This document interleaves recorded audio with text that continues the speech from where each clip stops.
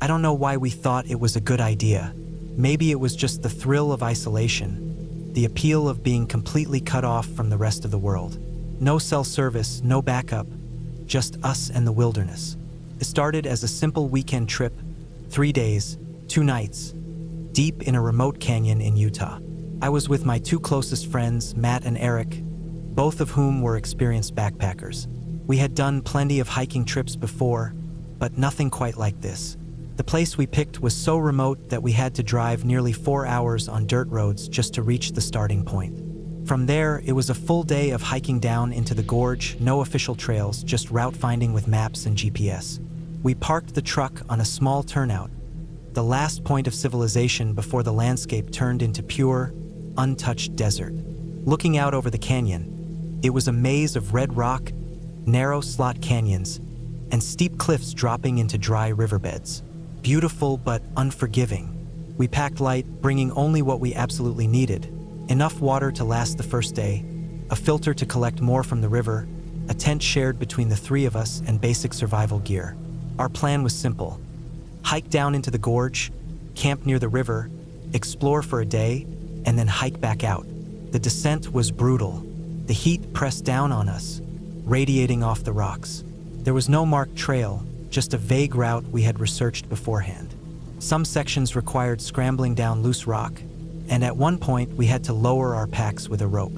It was slow, careful progress. By the time we reached the bottom, the sun was getting low, casting long shadows across the canyon walls.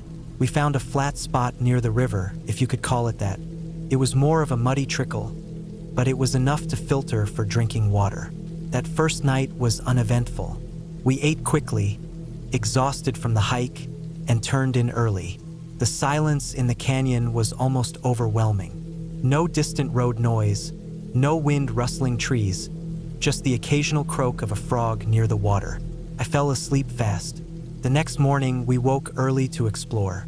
The plan was to follow the river upstream, see how far we could go before the canyon walls narrowed too much.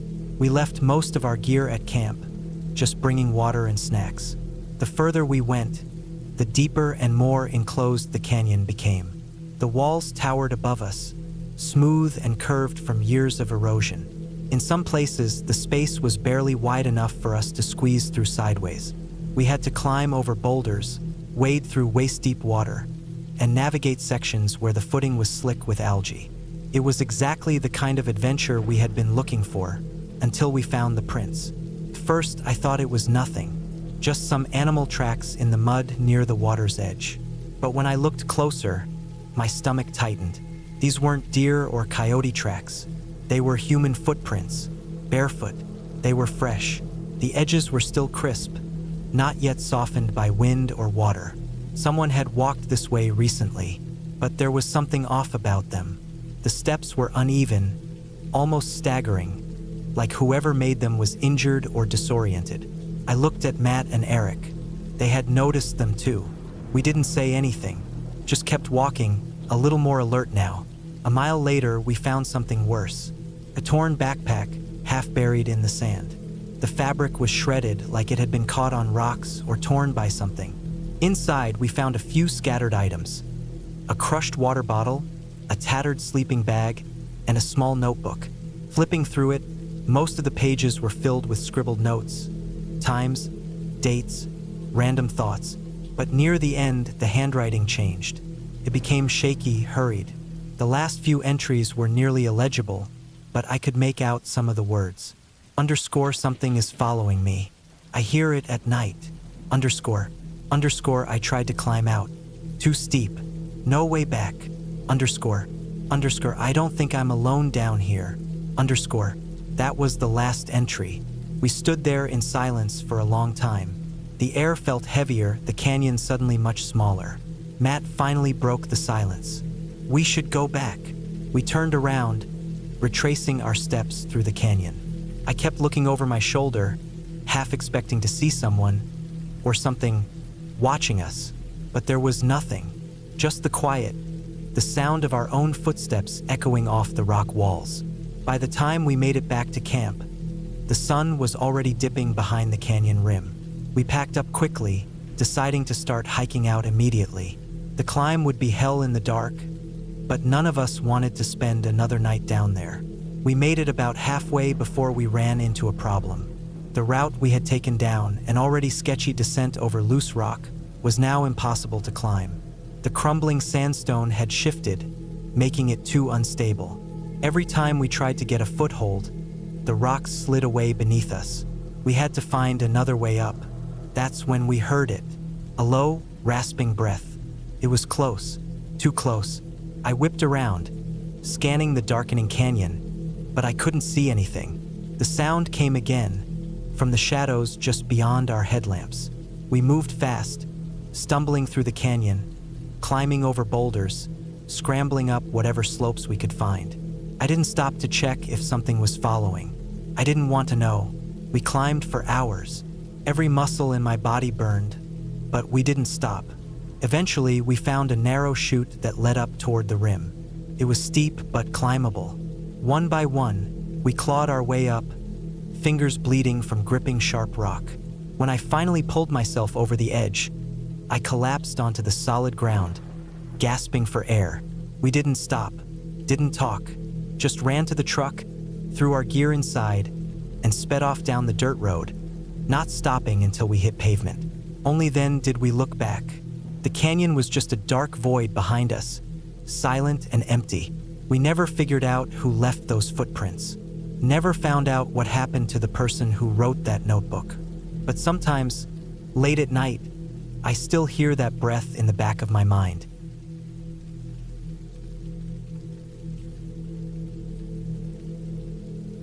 The air was cool that night, the kind of damp chill that settles into your clothes and skin when you've been outside too long. I had been on this survival trip for nearly 2 weeks now, deep in the wilderness with nothing but the gear I carried and whatever skills I could pick up along the way. It was the kind of experience people romanticized, learning to live off the land, understanding nature in its rawest form. But in reality, it was exhausting. Days were spent gathering food, setting traps, purifying water, and learning the hard way what was edible and what would have me curled up in my sleeping bag, praying for my stomach to settle. By the time night rolled around, everyone in camp was dead tired. We barely spoke, just grunted our way through whatever simple meal we had managed to scrape together, then crawled into our makeshift shelters, eager to get whatever sleep we could before the sun dragged us back into another long day. That night, though, I made a mistake. I had needed to take a piss before bed, but exhaustion kept me in my sleeping bag. I figured I'd wait until the last possible moment, but of course, that moment came when I was finally warm and comfortable. I ignored it as long as I could, but eventually, there was no fighting it. If I didn't get up, I was going to regret it.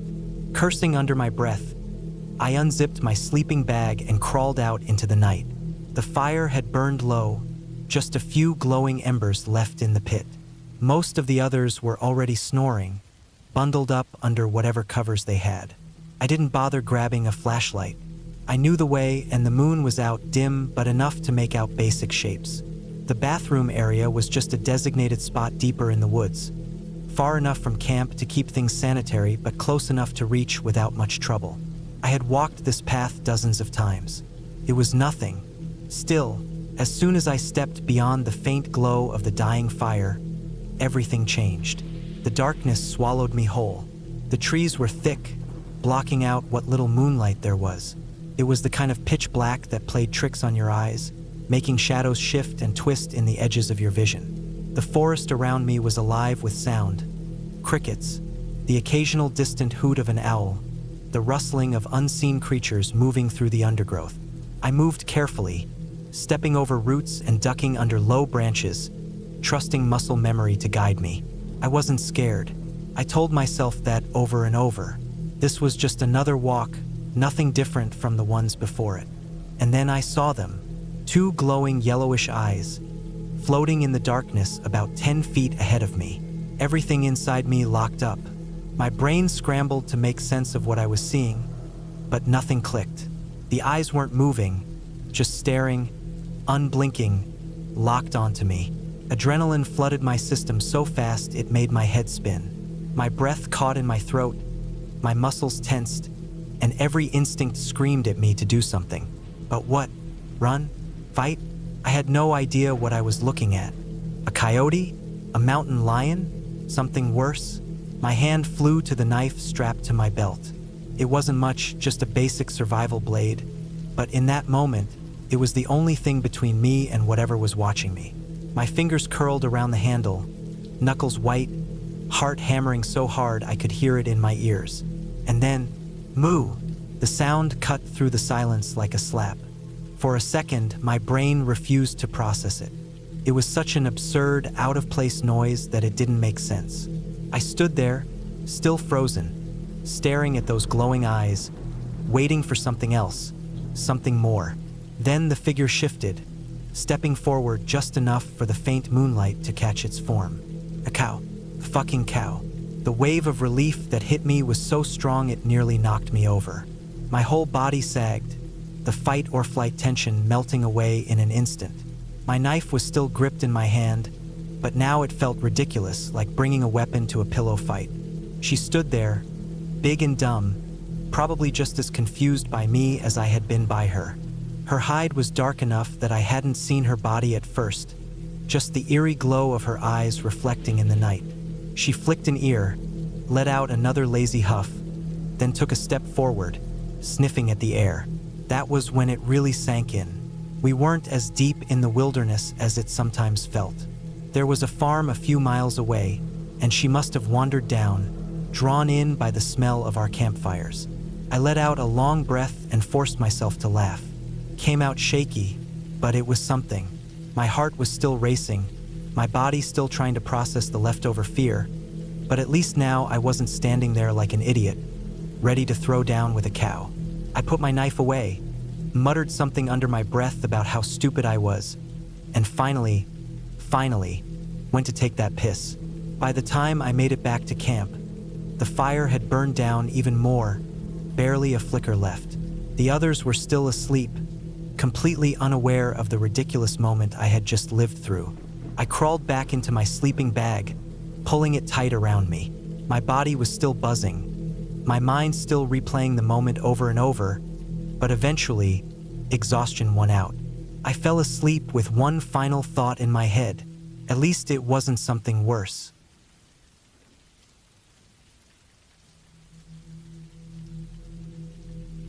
Mount Mitchell was a lonely place in late fall. The trees had already given up their leaves, and the wind carried a sharp bite that made me regret not bringing better gear. My friend and I had planned this trip for weeks, wanting to get one last camping trip in before winter set in. It seemed like a good idea at the time. Hike deep into the woods, enjoy the solitude, sleep under the stars. The cold hadn't really been a concern when we planned it, but as we pulled into the parking lot at the trailhead, I could already feel the creeping chill settling into my bones. At the entrance of the trail, there was a sign warning about bobcats. I gave it a quick glance, but didn't think much of it. I'd been on plenty of trails that had similar signs, and I had never actually seen one in the wild before. My friend, on the other hand, stopped to read it, shifting his backpack higher on his shoulders. "You ever seen a bobcat before?" he asked. I shrugged. "Not outside of a zoo. That was the last we talked about it." The sun was already starting to dip in the sky, and we had a few miles to go before we reached our campsite. The hike itself wasn't too bad. The trees stretched high overhead, skeletal branches rattling in the wind. The air smelled damp, fresh with the scent of wet earth and rotting leaves from last night's rain. Our boots crunched over the frozen top layer of mud, but the ground underneath was still soft enough to sink into slightly. After about 2 hours of walking, we found a clearing just off the main trail, far enough in that we wouldn't be bothered by other hikers, but close enough that we could find our way back easily in the morning. It was perfect, except for the fact that everything was soaked. The fire was supposed to be the best part. We'd brought a small pot to cook some instant soup, had packed a few sticks of jerky and a couple of granola bars, but without a fire, the night was going to be miserable. I tried everything: small twigs, dried leaves, even breaking up some of the inner bark of a fallen tree that seemed drier than the rest. Nothing worked. The wood was too damp, and no matter how much I struck the lighter, the flame never caught. We sat there in the growing darkness, watching our breath in the freezing air. I could already feel the stiffness settling into my fingers, and my toes were starting to go numb inside my boots. "Should have brought one of those fire starter bricks," I muttered. My friend just sighed, wrapping his arms around himself. "We should set up camp before it gets too dark." It was almost completely black by the time we got our hammocks strung up. We'd chosen a spot between two thick trees, close enough to each other that we could talk if we needed to. The temperature had dropped even further, and I could barely feel my hands as I worked the straps around the trees. My jacket wasn't enough. My gloves weren't enough. Even curling into the fetal position inside my sleeping bag wasn't enough. I pulled out my emergency space blanket, crinkling the thin metallic sheet around me. It helped a little, but not much. The cold was relentless, sinking through every layer of clothing I had. I shifted, turned, pulled my arms inside my sleeping bag, adjusted my hat, but nothing made it better. Time passed slowly. The only sound was the wind whispering through the trees, rattling the dead branches together. The cold was making it impossible to sleep, and just when I started to drift off, I heard my friend's voice cut through the silence. "Are you cold?" I let out a shaky breath, freezing my tits off. There was a long pause before I heard movement from his hammock. A moment later, I felt a weight drop beside me. We both knew body heat was the best way to stay warm, so we pressed together, trying to steal what little warmth we had. It didn't work. The space blanket crackled every time we moved, and neither of us could get comfortable. We tried to tough it out, but after what felt like an hour of miserable shivering, we both knew we weren't going to make it through the night like this. "We should head back to the car," my friend finally said. I didn't argue. Packing up was a struggle with frozen fingers, but we managed. Our headlamps were dim, barely cutting through the thick darkness as we started the long walk back. The trail felt completely different at night. Emptier, quieter, more suffocating. The wind had died down, leaving only the sound of our footsteps crunching over frozen leaves and the occasional snap of a twig beneath our boots. Then, up ahead, something caught my eye. Two glowing eyes, low to the ground, barely a foot off the trail. I froze mid-step, heart hammering in my chest. My friend must have seen it too because he stopped right beside me. We weren't close enough to make out what it was, but whatever it wasn't moving. It was just there, staring at us. My brain raced through the possibilities: bobcat, coyote, something else? The sign at the trailhead flashed in my memory, the warning about bobcats suddenly feeling a lot more real. We couldn't just walk past it. It was too close, too still, too intent. I reached for my bare whistle, gripping it so tightly my knuckles ached. My friend did the same. We had one shot at scaring it off before it decided to move, either toward us or away. "Ready," I nodded, barely breathing. We lunged forward, screaming at the top of our lungs, blowing our whistles as hard as we could. The sound was deafening, echoing through the trees. My adrenaline spiked, and for a split second, I was convinced we were about to get attacked. But the creature didn't move. As we got closer, the shape became clearer, and my heart nearly stopped. It wasn't a bobcat. It was a little dog, a small, scruffy thing sitting just off the trail, minding its own business. Its eyes reflected the light from our headlamps, giving them that eerie glow that had sent us into a panic. The poor thing just sat there, staring up at us, probably as terrified as we were. A second later, a tent rustled nearby, and a muffled voice called out. We had just woken up some unsuspecting campers in the rudest way possible. The embarrassment hit almost as hard as the adrenaline. My friend and I looked at each other, then quickly turned and power walked down the trail before anyone could step out of their tent to question what the hell was going on. We didn't stop until we reached the car. Slamming the doors shut, we sat in silence, catching our breath. The heater blasted on full force, and slowly, painfully, the feeling started to return to my fingers and toes. Neither of us spoke for a long time. Finally, my friend let out a long, shaky laugh. "That poor dog," I groaned, dropping my head against the seat. "We're never telling anyone about this." But of course we did. And every time we told the story, we made sure to leave out the part about how For a few terrifying seconds, we had actually believed we were about to fight a bobcat. Instead, we just said, "Yeah, we saw some glowing eyes in the woods." Scared the hell out of us. And we left it at that.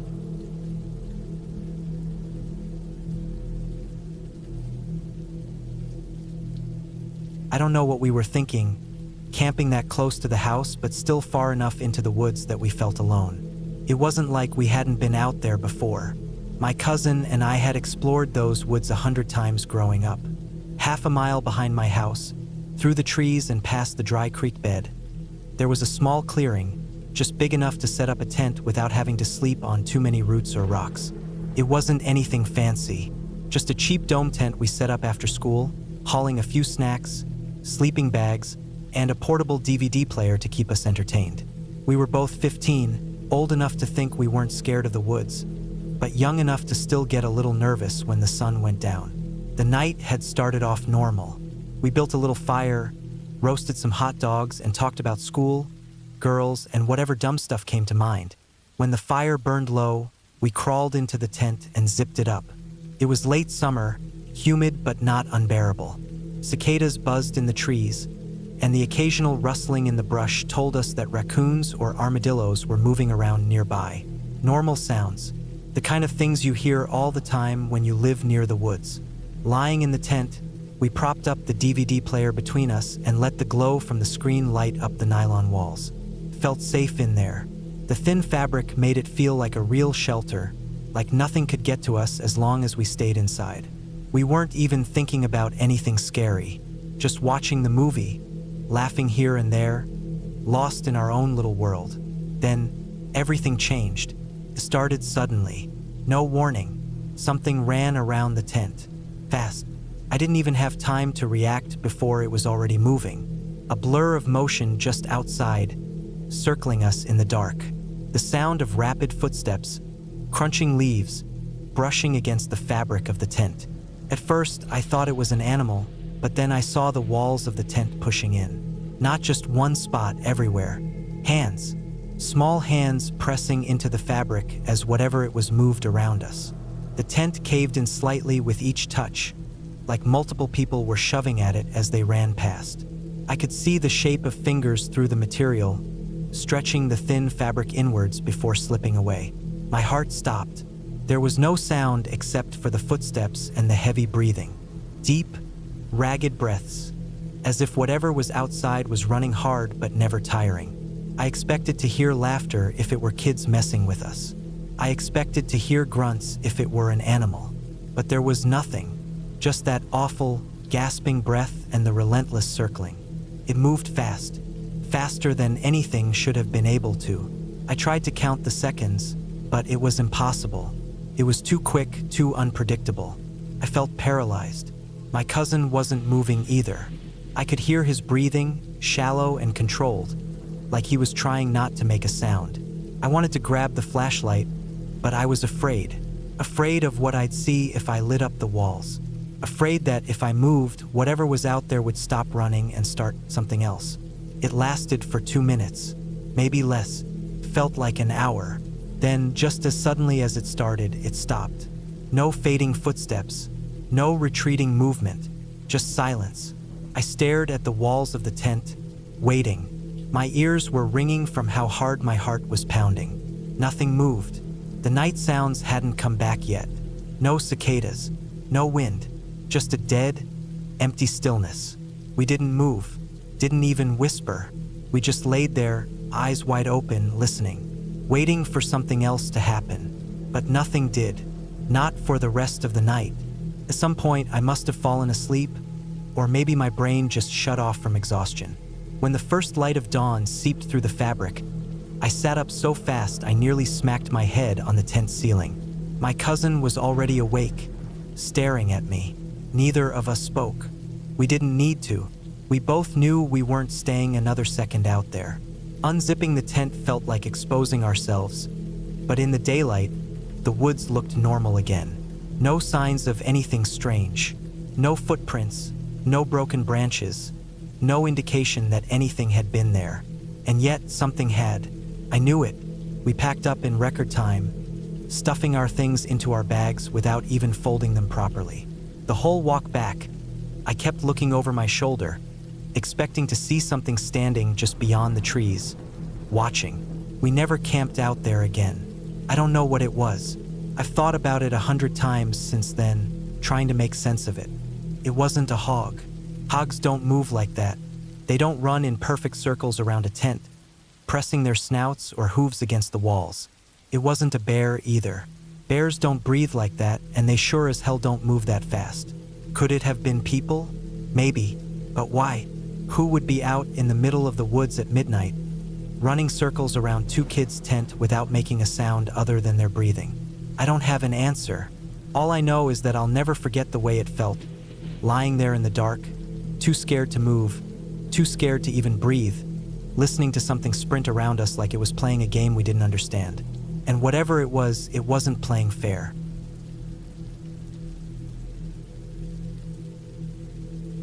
I don't know why I ignored the warnings. Maybe I didn't believe them. Maybe I just didn't care. Either way, it was a mistake. Mackenzie State Park wasn't the kind of place you camped at lightly. It wasn't like the beaches on the Kona side, with their soft white sand and swaying palm trees. This place was different, rugged. The coastline here was all jagged cliffs and black lava rock, the ocean constantly slamming into it, sending white spray high into the air. The trees, twisted ironwoods, grew in thick clusters, their needle-like leaves whispering in the wind even when everything else was still. The air smelled like salt and damp earth. The park itself was quiet, too quiet. I had been here before during the day, but never at night. People said it was haunted. I had heard the stories about the restless spirits of workers forced to build roads in the area, about people who had gone missing without a trace, about the strange noises at night. But I had brushed them off. Old myths, I figured. Stories meant to scare tourists. My girlfriend and I had been looking for a quiet camping spot away from crowds. Mackenzie fit the bill. Remote, peaceful, right along the coast. It seemed perfect. We arrived in the late afternoon. The sun was low in the sky, casting long shadows across the black lava rock. We found a flat spot under the ironwood trees, far enough from the cliffs that we didn't have to worry about the wind. We pitched the tent, set up our sleeping bags, and started a small fire as the sky turned from orange to deep purple. The first night started off calm. We ate dinner, listened to the sound of the waves crashing below, and lay on our backs staring at the stars through the gaps in the trees. There was no one else around except for another pair of campers who had set up their tent a couple 100 feet away. Around 2 a.m., I woke up. At first, I wasn't sure why. The wind had died down and the night was still. Then I heard it. Chink, chink, chink. The unmistakable sound of metal striking stone. It was close, maybe 50 feet away, deeper in the trees. I held my breath, listening. Chink, chink. Then something else. A low groaning, like someone straining, exerting themselves. The sounds went on for what felt like minutes. Slow, rhythmic, methodical. I sat up, heart pounding. There were only 2 other people in the park, and I was sure they weren't out here in the middle of the night swinging a pickaxe. The noise stopped. I strained my ears. Nothing, just the soft rustling of the ironwood trees. I waited, expecting to hear footsteps, voices, anything, but the night was silent. Eventually, I lay back down, staring at the roof of the tent. It took a long time for sleep to come. The next morning, I asked the other campers if they had heard anything. They looked at me like I was crazy. They had slept fine. We spent the day exploring the coastline, walking along the cliffs, watching the waves explode against the rocks below. The park was beautiful in the daylight, peaceful, almost enough to make me forget about the night before. By sunset, the other campers had packed up and left. We were alone now. I told myself it was fine. That second night was worse. Started around midnight. I woke up again, this time to the sound of footsteps. Not slow, cautious steps. Sprinting. Someone or something was running full speed back and forth outside the tent. The sound was sharp, frantic. I held my breath, frozen. It would sprint one way, then stop.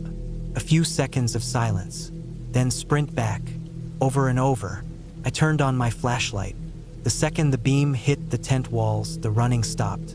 Dead silence. I listened, heart hammering in my chest. No footsteps retreating into the woods. No movement, just stillness. I forced myself to breathe, telling myself I was imagining things. Maybe it was the wind playing tricks. Maybe it was an animal. Eventually, I drifted back to sleep. A couple of hours later, my girlfriend's hand shot out, squeezing my arm hard. Her breath was hot against my ear as she whispered, "Someone is outside the tent." I barely had time to register her words before it started again. Sprinting, back and forth, fast. The sound was clear, unmistakable. Then the tent lifted, not just a little. The whole corner closest to me was yanked off the ground and shaken. Violently, we both screamed. The tent dropped. For a few heartbeats, there was nothing. I grabbed my flashlight in one hand and the small machete I kept in my bag with the other. Unzipping the tent, I burst outside, ready to swing. Nothing. No footsteps in the dirt. No movement in the trees. Just empty darkness stretching in all directions. I turned the light toward the coastline. The wind had picked up, sending waves crashing against the cliffs. But there was no sign of anyone. Behind me, my girlfriend was breathing fast, on the edge of panic. I wasn't far behind her. We didn't speak. We didn't pack. We just grabbed the tent, still half assembled, stuffed everything into the back of the truck, and got the hell out of there. I didn't look back. We drove straight home. Neither of us said much the entire way. I don't know what we experienced out there. I don't know if I even want to, but I do know this. I will never camp at Mackenzie State Park again. And if you're thinking about it, don't. Camping had always made me nervous. I loved being part of my Boy Scout troop, learning survival skills, building fires, hiking through the woods. But when the sun went down, my excitement always turned to dread. At 13, I still hadn't grown out of my fear of the dark, and the woods at night made it so much worse. The shifting shadows, the distant rustling in the underbrush, the feeling that something was watching. It all made my skin crawl, but I never told anyone. I didn't want to be the scared kid. This trip was like any other. We were camping in a dense forest in central Ohio, miles away from any town. The trees stretched high above us, their branches forming a thick canopy that blocked out most of the moonlight. It was the kind of place that felt ancient, untouched. Our troop had set up camp in a clearing, pitching our tents in a loose circle around the main fire pit. The fire had burned low by the time we crawled into our sleeping bags, leaving behind little more than glowing embers. The air was thick with the smell of smoke and damp earth. I could hear the faint chirping of crickets and the occasional hoot of an owl somewhere deep in the trees. Normal sounds, nothing to be afraid of. I lay in my sleeping bag, staring at the roof of the tent, trying to will myself to sleep. Every little sound made my heart jump. The whisper of the wind through the trees, the snap of a twig, the distant murmur of someone shifting in their sleeping bag. I hated this part of the trip. Once I fell asleep, I was fine. But lying there, waiting for sleep to come, left me trapped with my own fears. At some point, I must have drifted off. I don't know what woke me. Maybe it was instinct, some primal feeling of being watched, or maybe it was just a coincidence. But my eyes snapped open, and I was immediately on edge. Something felt wrong. The usual sounds of the forest were gone. No crickets, no wind, just silence. And then I heard it, a deep, guttural roar. It started low, almost like a growl, then rose into a full, bellowing roar that sent a shockwave of fear through my entire body. It was unlike anything I had ever heard before. It wasn't a bear. I had heard bears growl on TV before, and they didn't sound like this. This was something else, something bigger. It came again, louder this time, echoing through the trees. I felt it in my chest, a deep, vibrating rumble that made my breath catch in my throat. My first thought was a lion, which made no sense. There were no lions in Ohio.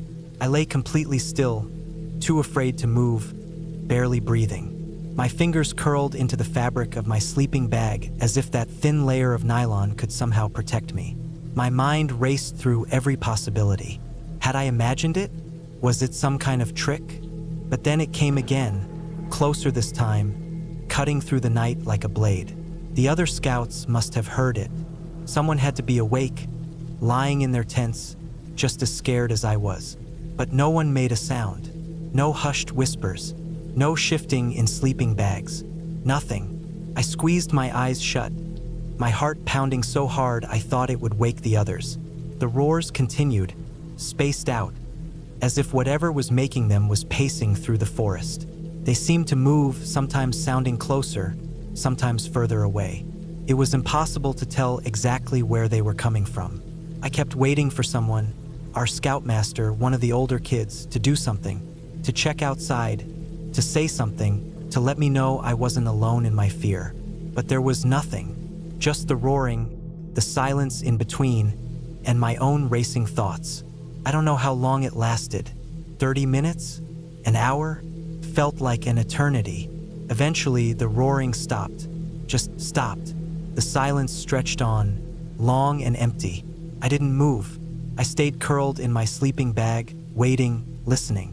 My body was stiff from staying in the same position for so long, but I was too afraid to shift, too afraid to do anything that might draw attention to myself. At some point, exhaustion won out over fear, and I drifted into a fitful sleep. The sound of voices woke me. Sunlight filtered through the tent fabric, casting a soft glow inside. For a moment, I had no idea where I was. Then it all came rushing back. The roars. I sat up too fast, my head spinning. The campsite was alive with the usual morning activity. People rolling up their sleeping bags, starting the fire, laughing, talking. Everything was normal, as if last night had never happened. I climbed out of my tent, my body aching from how tense I had been all night. The air was crisp, the scent of pine mixing with the faint smokiness from last night's fire. Had it really happened? I looked around, searching the faces of my fellow scouts for any sign that they had heard it too. Nothing. For a second, I considered keeping it to myself. Maybe I had imagined it. Maybe I had dreamed it. But I had to know. I finally told our scoutmaster. He was an older guy, the kind who had been camping his whole life and had seen just about everything the wilderness had to offer. He listened, nodding, not laughing or brushing me off like I had half expected. And then he told me something that sent a chill down my spine. There was a wildlife refuge about a mile away. Private one. A place that kept exotic animals, lions, tigers, things that had no business being in the middle of Ohio. The roars had been real.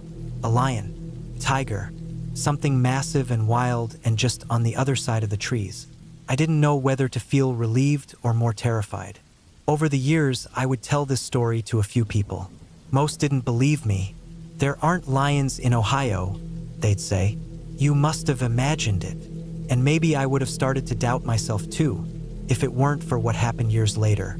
The owner of that refuge, the man who had kept those animals caged so close to where we had camped, one day let them all loose. Then he killed himself. Dozens of wild animals, lions, tigers, bears, were suddenly roaming free through Ohio. Authorities had no choice but to hunt them down. It was all over the news. When I read about it, I sat frozen, remembering that night in the tent. The roars in the darkness, the paralyzing fear. I hadn't imagined it. There really had been something out there. And for one long, terrifying night, I had been lying in the dark, listening to the sound of something that should never have been there, something that years later would roam free in a place it didn't belong. Even now, I wonder how close it had been, how thin the line really was between the safety of my tent and the wilderness beyond.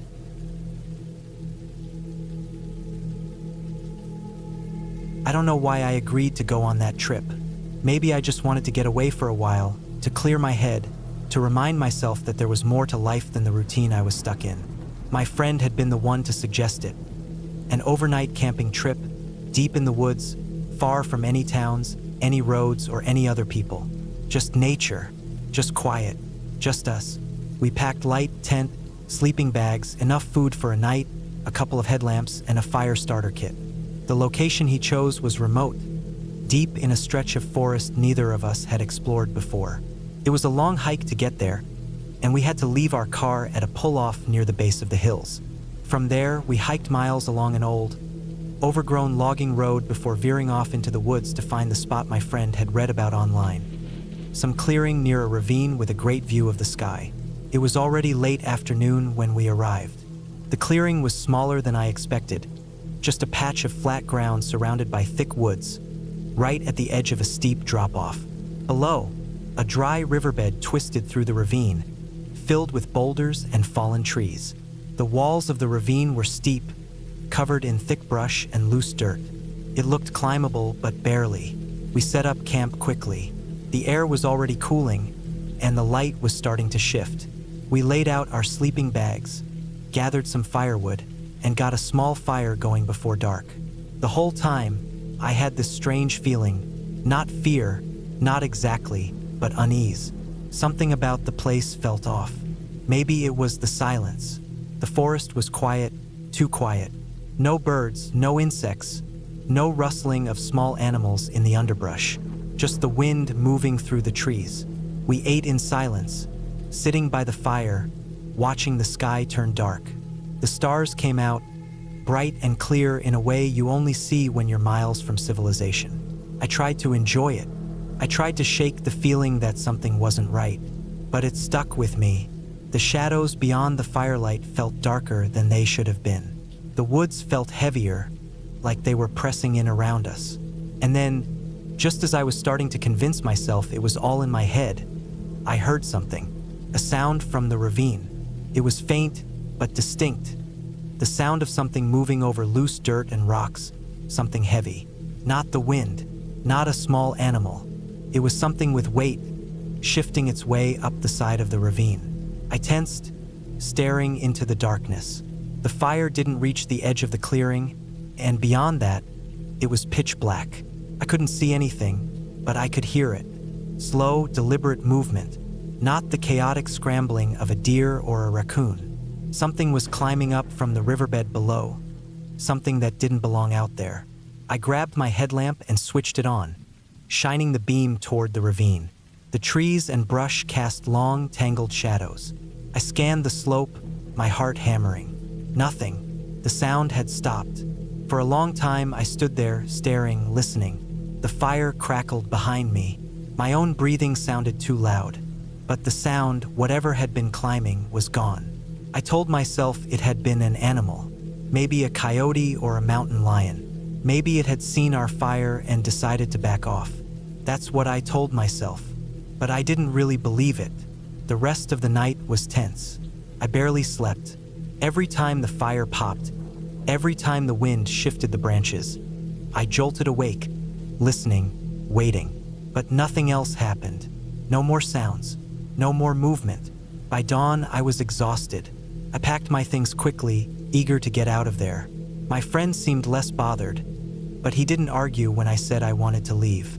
We doused the fire, shouldered our packs, and started the long hike back. We hadn't gone more than 100 yards before I saw them.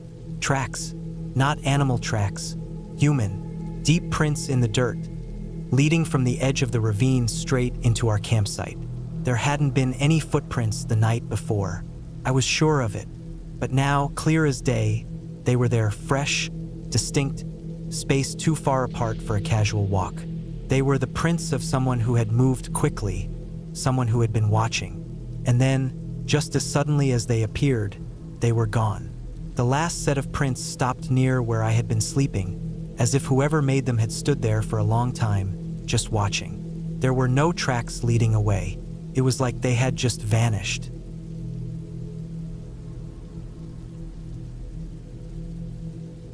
I was 19 when this happened. My buddy and I had gone camping in the mountains of North Carolina, hiking a few miles up from a campground where his grandparents were staying. We weren't on any established trail. Instead, we followed a stream uphill, stepping on rocks and wading through shallow pools, pushing through brush and ducking under fallen logs, until we found a spot that felt right. A large rock jutted out near the water, and we decided to build a lean-to against it. We gathered sturdy branches for the frame, layering them thick with pine boughs and whatever dry leaves we could find. It wasn't perfect, but it was enough to keep the wind off. The stream was close, which made getting water easy, and the fire we built near the opening sent just enough heat back at us to keep things comfortable. We spent the evening cooking over the fire, talking about dumb things, enjoying the quiet of the forest. It was the kind of peace that sinks into you when you're far from everything. No traffic, no cell service, no distractions. Just the distant sound of water trickling over rocks, the occasional rustle of leaves in the breeze, and the sharp crack of wood settling in the fire. It was dark by the time we crawled into our sleeping bags, the fire burning low, just a bed of coals glowing orange in the pit. My friend dozed off fast, shifting once against the rock before settling into slow, steady breathing. I wasn't as lucky. I've never been a deep sleeper, and out here, in the middle of nowhere, every little sound kept me alert. The darkness was thick. Even looking up, I could barely see my own hand against the sky. No moon, no stars, just blackness stretching forever in every direction. The fire cast a faint glow against the rock behind us, but beyond that, the woods swallowed everything. That's when I saw it. A light, just for a second. It wasn't bright, more like the brief flicker of a flashlight beam catching between the trees. It disappeared before I could focus on it, but it had been there. I kept my eyes locked on that spot, waiting. A few minutes later, it happened again. Same place, quick flash. I tried to make sense of it. My first thought was that we had unknowingly camped near a road, and I was seeing headlights filtering through the forest. But we had hiked for miles, and I was sure there were no roads anywhere close. Still, I watched, waiting for the pattern to repeat, hoping I could confirm it was just some car passing in the distance. Then the light did something strange. It didn't flicker out like before, it moved. It flipped like someone swinging a flashlight in a tight arc. That wasn't a car. That was someone walking in the woods. My stomach clenched. Who the hell would be out here in the middle of the night? I stayed frozen, straining my ears, listening for footsteps, for the sound of branches breaking, for anything that would tell me how close they were. But there was nothing, just the distant trickle of the stream and the slow, steady crackle of the fire dying beside me. For 10 minutes, I saw nothing. No light, no movement. Then something changed. A glow appeared, not in the trees, not in the distance, right at my feet. Couldn't breathe. It was a perfect sphere of light, maybe the size of a golf ball, hovering just above the ground. It wasn't like any light I'd ever seen. It wasn't flickering. It wasn't casting shadows. It was just light, perfect, solid white. And it was moving. Slowly, smoothly, it glided forward, passing over my legs. It made no sound. It didn't waver. It just floated, tracing a perfect line from my feet to my chest, then up past my head. Then it was gone. I didn't move, couldn't. My muscles were locked, every part of me screaming to stay still, to not breathe too loudly, to not make a single sound. Minutes stretched forever. Then, out in the trees, the light returned. This time, it didn't disappear. It stayed, flickering, weaving between the trees like it was searching for something. Watching. I wanted to wake my friend, but I couldn't move. My body refused to respond. I just lay there, staring, my heart pounding so hard I could feel it in my skull. Then he shifted beside me, rolled in his sleep. He was close now, close enough. I gathered every ounce of willpower I had and nudged him with my elbow. He woke instantly. I didn't say a word. I didn't have to. He must have felt the tension in my body, sensed the wrongness in the air. He lifted his head slightly, peering past my shoulder. Seconds later, I heard him exhale, barely a whisper. I didn't have to see his face to know he was staring at the same thing I was. The light. Neither of us spoke. We just watched. Then he shifted again, lifting his head higher. And that's when he saw them. 2 more lights, higher up the hill, moving. The realization hit us at the same time. This wasn't one thing, it was 3. For the rest of the night, we lay awake, staring into the woods, watching the lights weave and flicker, never coming closer but never going away. They didn't behave like animals. They didn't behave like fireflies. They didn't behave like anything we understood. An hour before dawn, they disappeared. Just blinked out like they had never been there at all. When the first hints of sunlight broke through the trees, we finally let ourselves breathe. My friend sat up first, rubbing his face, then looking at me like he expected me to have some kind of explanation. I didn't. Neither of us spoke as we packed. The hike down felt longer than the hike up. The whole way, I kept expecting to see something out of the corner of my eye. A flicker, a flash, but the woods were quiet, normal, like nothing had ever happened. When we reached his grandparents' campsite, they greeted us like nothing was wrong, like the world was exactly as it should be. I never told them what we saw. I still don't know what it was. Maybe there's some explanation, some trick of the light, some natural phenomenon we didn't understand. But I know what I saw. I know what he saw, and I know I never want to see it again.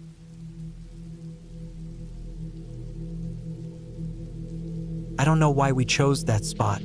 Maybe because it felt secluded enough, far from the main trails, yet not too deep in the woods where we'd get lost.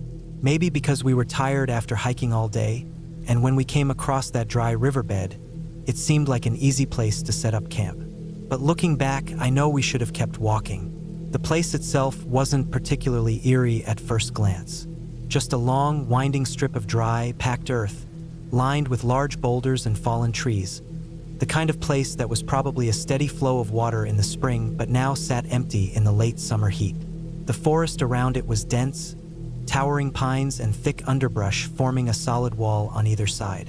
It felt sheltered, which we thought was a good thing at the time. The trees blocked the wind, and the banks on either side gave a sense of protection. We dropped our heavy packs, grateful to finally rest. The hike had been harder than we expected. Steep inclines, loose rock, the kind of terrain that wears you down by the end of the day. The sun was already sinking behind the ridgeline, painting the sky in shades of orange and pink. We moved quickly, setting up the tents, gathering firewood, and getting everything ready before dark. As I walked a little further down the riverbed looking for wood, I noticed something strange. Scattered across the dry earth were dozens of deep, irregular prints. At first, I thought they were animal tracks, maybe a deer or an elk, but they were too erratic. Some looked like hoof prints, others like bare feet, but all of them were pressed deep into the hard ground, as if whatever had made them was incredibly heavy. I stopped and studied them, but the fading light made it hard to see details. I called it off as my eyes playing tricks on me and kept moving, picking up dead branches and snapping them into manageable pieces. The sounds of the forest were quiet, just the distant rustling of leaves and the occasional chirp of a bird. It should have been peaceful, but something about that place made me uneasy. When I got back to camp, the fire was already going. The glow flickered against the trees, casting long shadows over the riverbed. We ate quickly, too hungry to talk much, just focusing on refueling after the long hike. Afterward, we sat around the fire, staring into the flames. That's when we heard the first sound. It came from deep in the woods, beyond the far side of the riverbed. A long, low groan, almost like a tree bending in the wind. But there was no wind. The air was perfectly still. We all froze, listening. The sound faded, replaced by the usual quiet of the forest. After a while, we shook it off. Probably just the old trees settling. That's what we told ourselves. We stayed up a while longer, but eventually the exhaustion caught up to us. One by one, we crawled into our tents. I zipped my sleeping bag tight, listening to the crackling fire outside. At some point in the night, I woke up. The fire was out. Total darkness pressed against the tent walls. At first, I wasn't sure what had woken me. Just that heavy, instinctive feeling that something wasn't right. I lay still, barely breathing, ears straining for any sound. Then I heard it. Faint, rhythmic crunching. Footsteps. They were slow, deliberate, moving along the dry riverbed. At first, I thought it was one of us maybe getting up to use the bathroom. But the steps were strange. Too heavy. Too inconsistent. They would stop, then start again, circling the camp. I held my breath, every muscle in my body locked in place. My mind raced through every possibility. An animal? Person? Something worse? I didn't want to move. I didn't even want to breathe. The steps came closer. I could hear them just outside my tent now, crushing the dirt and twigs underfoot. My heart pounded so hard I was afraid whatever it was would hear it. The steps paused right next to my tent. I could feel the weight of something standing there, could sense its presence through the thin fabric. I waited. Then, without warning, it moved again. Slow, dragging steps, circling the camp once more. Then, silence. I stayed awake the rest of the night, barely daring to move. At first light, I unzipped my tent, stepping out into the damp morning air. The others were already up, their faces pale and tense. And then we saw the tracks. They were everywhere, deep prints in the dirt, circling the tents, weaving through our camp. Some looked like large human footprints, but others were different. Long, narrow impressions, like something had been dragging behind them. None of us spoke. We packed up in silence, shoving everything into our packs as quickly as possible. No one wanted to be the last one standing there. The hike back was brutal, not just from exhaustion, but from the constant feeling of being watched. Every snap of a twig, every rustle in the underbrush sent a jolt of panic through me. I kept looking over my shoulder, half expecting to see something lurking in the trees. We didn't stop. Not to eat, not to rest. We just kept moving until, hours later, we finally reached the trailhead. Only then did we breathe. We never talked about it after that. Never tried to figure out what made those tracks, what had walked through our camp that night. All I know is that something was out there with us, and I never went back.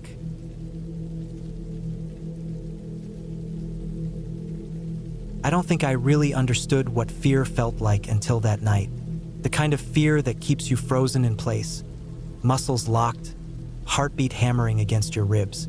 I had been camping before, plenty of times, but nothing had ever happened that made me feel like I wasn't in control. That changed last summer. We were camping near Mammoth, a popular site deep in the forest, but far from isolated. There were hundreds of other people scattered around, tents pitched in neat clusters, the flicker of campfires glowing between the trees. The air smelled like pine, dirt, and the lingering scent of campfire smoke. It was a place that felt safe, too many people for anything really dangerous to happen, or at least that's what I had assumed. I was in a big tent with my girlfriend and her family. We had set up our camp in a good spot, with plenty of space between us and other groups, but still close enough that you could hear distant conversations and laughter at night. We had a few coolers and a large black plastic storage crate where we kept most of our food, just outside our tent. It wasn't the best setup, I knew that, but at the time it didn't seem like a problem. The first night passed without incident. The sounds of the forest settled into a steady rhythm, the crackling of nearby fires, the rustling of the wind through the trees, the occasional murmur of voices winding down for the night. I fell asleep without a second thought. Then I woke up to something that didn't fit into that peaceful nighttime soundscape. A loud thud, a deep, rumbling roar. I snapped awake, confused, my mind struggling to pull itself from the haze of sleep. My first thought was that I had been dreaming. The sound I had just heard, deep, guttural, almost prehistoric, wasn't something I had ever encountered before. My body tensed, my ears straining in the dark. Then I heard scraping, a heavy, dragging sound, like something pushing and pulling against plastic. My heart started pounding as I realized what it was. I didn't even have to look. It was a bear, the black plastic food container. We had left it out, completely unprotected, just sitting there like an open invitation. And now something big was trying to get into it. I lay frozen in my sleeping bag, barely breathing. I could hear snorting, snuffling, the sharp scrape of claws against plastic. My mind raced. I knew black bears weren't usually aggressive, but this one was big, and if it was hungry enough, who knew what it would do? Then came another loud crack. Not a tree branch, not a footstep. The bear had bitten into the container. I wanted to move, to wake up the others, to do something. But all I could do was listen as the bear kept at it, tearing into the box like it was nothing. It must have lasted a few minutes, but it felt like forever. And then, just as suddenly as it had arrived, the bear was gone. When we got up in the morning, we saw the damage.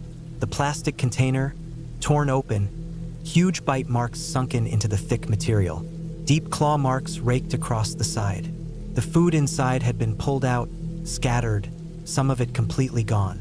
It was stupid to leave it out, we all knew that. So that night, before going to bed, we moved the container into a spare tent, a little away from our main camp. It wasn't the best solution, but we thought maybe if it was out of sight, the bear wouldn't come back. We were wrong. It was late, probably past midnight, when I woke up again. This time, there was no roar, no heavy thud to shake me from sleep, just a noise that was somehow worse, a slow, tearing sound. At first, I didn't know what I was hearing. It was quiet, deliberate, like fabric being pulled apart. And then I understood. The bear was ripping through the tent. I lay completely still, fear settling deep in my chest.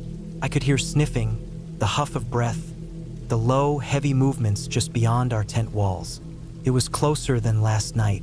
Then, the sound of fabric giving way, The bear had torn a hole straight through the side of the spare tent, and I could hear the plastic container being dragged out. Someone else must have woken up too, because suddenly there was a sharp car alarm blaring through the campsite. The sound was so loud, so jarring, that it made my whole body jolt. The bear huffed loudly, heavy footsteps crashing against the ground.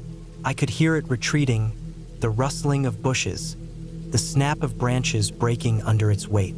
And then, silence, We waited for a long time before anyone dared to move. My heart was racing so hard it felt like I could hear it in my ears. No one spoke. No one needed to. We all knew what had just happened. One of the families camping with us was so freaked out they left the next morning. They rented a hotel for the rest of the trip. And honestly, I didn't blame them. By this point, we weren't taking any more chances. Everything, the food, the trash, even scented toiletries, went inside the car before we went to bed. We weren't going to give the bear a reason to come back. But that night, he came back anyway. This time, there was no tearing fabric, no rummaging through plastic. When I woke up, it was to a feeling. Something was watching us. I don't know how I knew, but I just did. The air felt thicker, the night quieter than usual. I unzipped the tent just a little, just enough to see outside. And there he was, sitting on a hill just watching. I could barely make him out in the darkness, just a shadow against the trees. But when I shined my flashlight toward him, 2 glowing eyes reflected back. He didn't move, didn't growl, didn't do anything. He just stared. The light didn't scare him off. The noise of shifting inside the tent didn't either. He just sat there, staring, as if he was waiting for something. I didn't sleep the rest of that night. None of us did. And after that, he never came back. Even though the bear didn't return, the feeling never left. I was on edge for the rest of the trip, every rustle in the bushes, every snap of a twig making my pulse jump. I had never realized how helpless you could feel in a tent, just a layer of fabric between you and the wild. We finished our trip, but I was relieved when we packed up and left. That bear had been close. Too close, And the scariest part? He hadn't been afraid of us. Not at all. Fall had settled in early that year, crisp air settling deep into the woods, bringing a damp chill that clung to everything.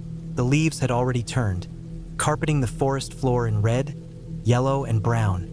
And the ridge where my cousins and I always camped was surrounded by bare-limbed trees stretching toward the sky like skeletal fingers. We'd been camping together for years, in all seasons, and we knew this place well. It wasn't far from where we parked, just about a mile hike in, but it was remote enough that we never saw anyone else. The ridge we camped on was almost shaped like a bowl, a natural depression in the land with high edges that made it feel like a little secluded pocket in the woods. It was perfect for keeping out the wind and just big enough for our tents, our supplies, and a good-sized fire in the middle. It always felt safe there, protected. That night, we had been sitting around the fire for a while, just talking, passing around a joint, and letting the warmth soak into our bones. The only sounds were the crackling fire, the occasional snapping of twigs underfoot when one of us shifted, and the distant rustling of the wind through the trees. It was peaceful, the kind of night that made you forget how far out you really were. And then we heard them, coyotes. At first, it was just a few high-pitched yips far away, maybe a ridge or two over. That wasn't unusual. We'd heard them before. Sometimes they sounded close, but they never bothered us. They were just background noise, part of the woods, part of the night. We kept talking, but after a few minutes, the coyotes called out again, and something about the way they sounded made us all pause. It wasn't just the usual scattered howls, it was organized, like a response. And then we heard rustling from the ridge above us. It was faint at first, like the wind stirring the underbrush, but then it became more distinct. The sound of something moving through the trees. More than one thing. Footsteps, but light and deliberate, stopping and starting again. We all turned toward the sound, squinting into the darkness beyond the fire's glow. Another coyote call came, this time much closer than the first. Then, almost immediately after, the first group called back. The rustling above us grew louder, more frantic. Whatever was up there was moving faster now, and the coyotes kept calling to each other, the sound bouncing back and forth across the ridges. It was a pattern, one group calling, the other responding. That was when it hit me. They were talking to each other. We sat frozen, staring up at the ridge. None of us spoke.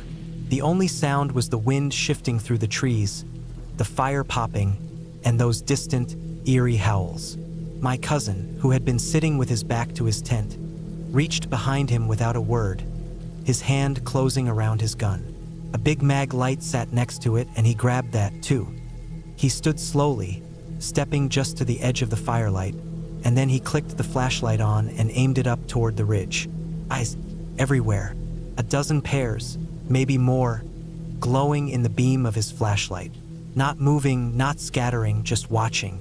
He swung the light to the side, sweeping over the ridge, and we saw more.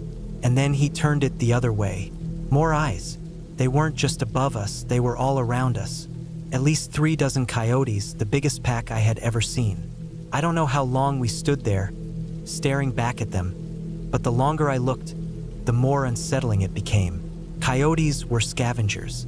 They didn't hunt people. They didn't behave like this. They should have been scared of us, but they weren't. They were waiting. My cousin fired. 3 quick shots into the air, the cracks shattering the night like a whip. The coyotes barely flinched. A few of them shifted, but not much. They didn't run. They didn't scatter. They just stood there, waiting. The fire, which had felt warm and comforting only minutes ago, suddenly felt like a spotlight. It was the only thing keeping them at bay, the only barrier between us and them. I had the sickening realization that if it went out, if we let it die down even a little, they would close in. The rest of the night became a waiting game. We took turns keeping watch, making sure the fire stayed strong. But no matter what we did, the coyotes didn't leave. They stayed just outside the ring of light, circling, pacing, sometimes sitting completely still. If you looked away for too long, you'd swear they had moved closer. It was impossible to sleep. Every time I closed my eyes, I could feel them watching. I could hear their paws shifting in the dirt, the occasional snap of a twig beneath their weight. Every so often, one of them would let out a low, warbling call, answered immediately by another from somewhere deeper in the woods. They were communicating. They were hunting. I don't know when exactly they left. One moment they were there, and the next, my cousin nudged me and whispered, "They're gone." I looked up and he was right. The eyes were gone. The night was still. Not a single sound. No rustling in the trees. No distant howls. Just the fire crackling and the wind stirring the ashes. We stayed up until dawn, just in case, and when the first light broke over the trees, we wasted no time packing up. No one said a word as we hiked back to the truck. As we walked, I kept looking over my shoulder, half expecting to see them trailing us, but the forest was empty. Still, I couldn't shake the feeling that they had been waiting for something that night. Some kind of signal, a moment of weakness, and I still wonder what would have happened if we had let the fire go out. I don't think I ever want to find out.